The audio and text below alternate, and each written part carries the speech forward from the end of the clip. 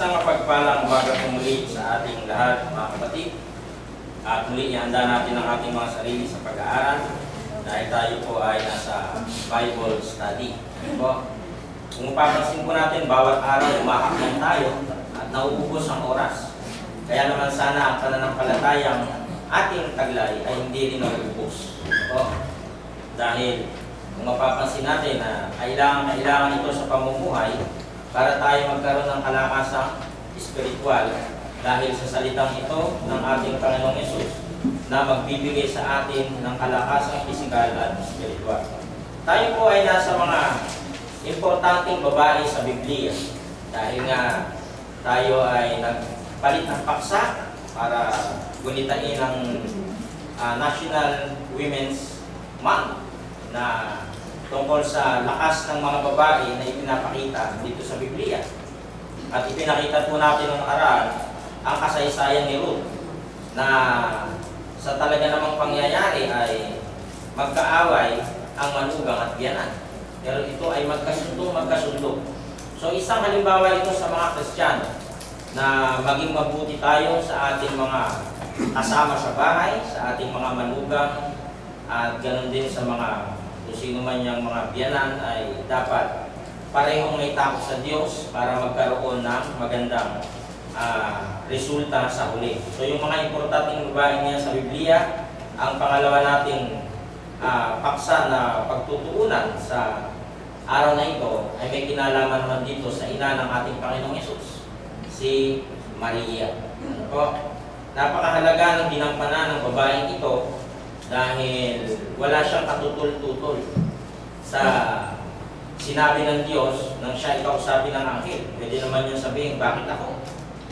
Ano po? Dahil sinasabi nga ng kasulatan, siya ay pinagpala sa lahat ng babae. Ano po? Tingnan natin ang kanya namang kasaysayan. Ang banal na kasulatan ay kinasihan ng Diyos sa mga nagdududa na ito daw ay gawa-gawa lang ng tao. Maliwanag na ito ay kinasihan ng Diyos sa pamamagitan ng Holy Spirit na nagkaloob sa mga sumulat nito upang madala sa iba't ibang lingwahe. Kaya maraming version ang Bible. Ano po? Ibig sabihin nito, ang bawat salita sa banal na kasulatan o Biblia ay mula sa bibig ng Diyos, isinulat ng tao. Ang katuruan ng buong Biblia ay katuruan mula sa Diyos. Kaya kung mapapansin po natin, kapag bumanggit ka ng mga salita dito, tumatama. Ang intindi ng tao, ay ako yung pinatatamaan. Hindi po. Ito ay talagang tatama dahil nga masakit ang salita ng Diyos. Doon nga tayo nasasaktan dahil doon sa ating mga pagkukulang. Ano po? Ang sabi diyan sa 2 Timothy 3:16, yung lahat ng kasulatan, all scripture is given by inspiration of God and is profitable for doctrine, for reproof, for correction, for instruction in righteousness. Gagabayan ka nito sa tamang pamumuhay. Alin? Yung Biblia. Kaya nga po sabi ko sa inyo, huwag niyo ako papakinggan. Yung mga nagsasalita dito, huwag niyo papakinggan. Ang papakinggan niyo yung talata. Ano po? Kasi yun ang sabi ng ating Panginoong Yesus, na siya yung dapat pakinggan. Kami ay mga instrumento lang. Kakamali kami. Ano po? Sila Pablo, nung magsalita sa Efeso, sinamba. Huwag niyo rin kami sasambahin. Dahil kami mga tao lang din. Ano po? Pare-pareho lang tayo. Naatas lang sa amin yung katungkulan na tagapagturo at kayo ay tagapakinig. So ito pong salita ng Diyos, ang sabi diyan, masakit. For the word of God is alive and active, sharper than any double-edged sword. It penetrates even the dividing soul and spirit, joints and marrow. It judges the thoughts and attitudes of the heart. Sasawayin niyan yung mga mali mong gawa, kaya nga ayaw nilang babasahin yan kasi makapangyarihan yung salita ng Diyos na yan. Na pag nabasa ng tao, masasaway ka sa iyong mga gawa. Kaya ayaw nilang basahin niya kasi ayaw nilang masaway. Gusto nilang malayang gawin yung gusto nilang gawin. Gusto nilang gawin lahat nang walang sumasaway. Ano po? Ang sabi dito sa iba pang kasulatan, for everything that was written in the past was written to teach us, so that through the endurance taught in the scriptures and the encouragement they provide, we might have hope. Yun daw lahat ng kasulatan na nakasulat noong unang panahon para yun sa ating ikatututo. Ano po? 15:4, ang salita ng Diyos, ASND ang ating ginamit. Ang lahat ng nakasulat sa kasulatan noong unang panahon, so yun yung Old Testament, ay sinulat para turuan tayo.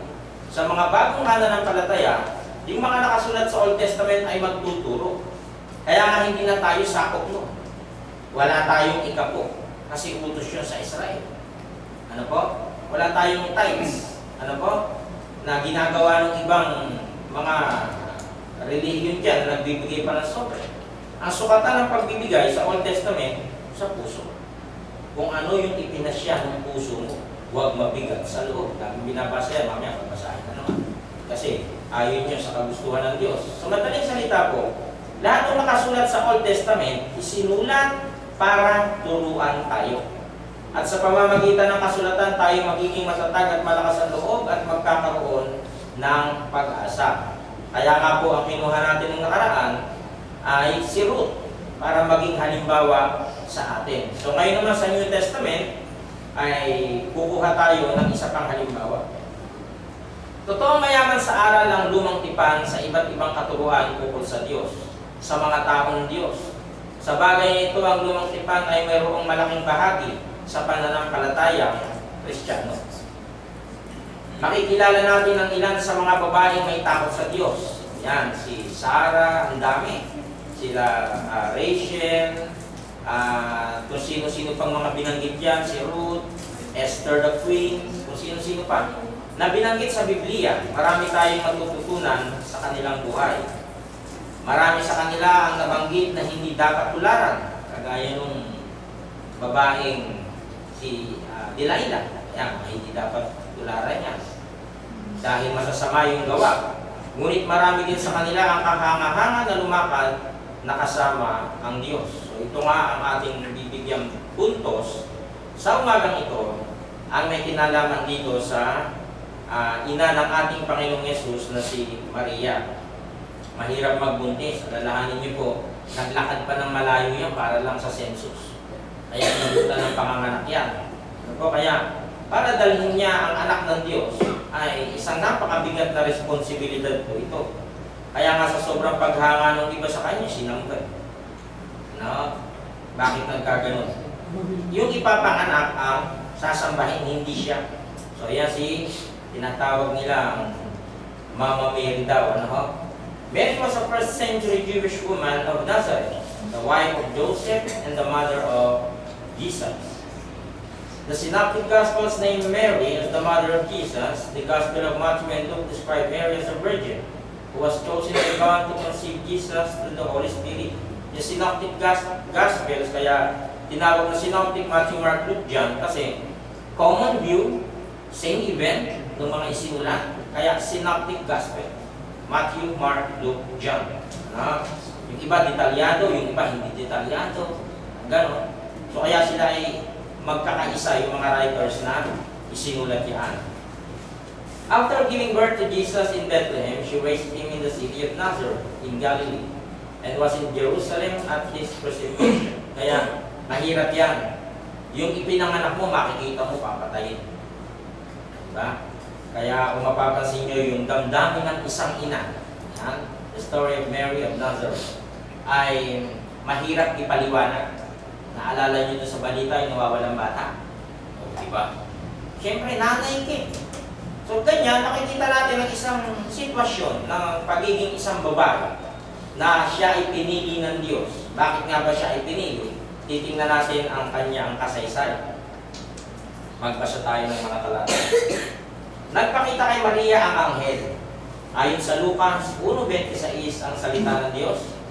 Nang ika-6 na buwan ng pagbubuntis ni Elizabeth, 2 bata yung ipapanganak. Si Elizabeth ay naging karapat dapat sa harap ng Diyos. Ang ipapanganak nito si John the Baptist. Manganganak dito si Mama Mary. Ang ipapanganak ay si Jesus. Ito yung maggagayak ng daan ni Jesus.